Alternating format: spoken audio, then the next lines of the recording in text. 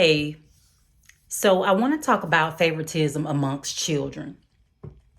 And I want you to really think about this, right? Because most parents feel like they're not showing favoritism amongst kids, but just hear me out on this. And then I want you to do a self check to make sure you're not doing this. But sometimes as parents, we can have children and it can be unconscious issues that is causing you to detach from one of your children, right? So that detachment can come from what type of relationship you have with the father. It can come from if this child has a disability. It can come from some type of negative event where guilt, shame, or some kind of negative emotion is connected to this child. It could be something that this child may have said to you once before and you took it and internalized it and you haven't been able to let it go. It can be the child's behavior, and this child just tends to be super hard to control or manage, right? Or this could be the child that tends to get in trouble a lot, and this child gives you a lot of stress and strain, and then you can become detached in that way.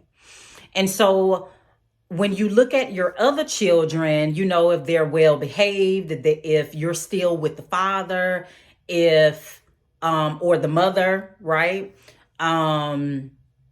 If this child is kind of mild mannered and you really don't have to put a lot of energy into this child, you can tend to kind of like lean in toward that child more often than you would the child with some of the negative connotations attached to this child. And it's very important because, of course, our children can feel the lack, right? These kids can feel the lack. They can see the disconnect that you may have between them and between you and one of your other children. So I'm just bringing this to you guys. I'm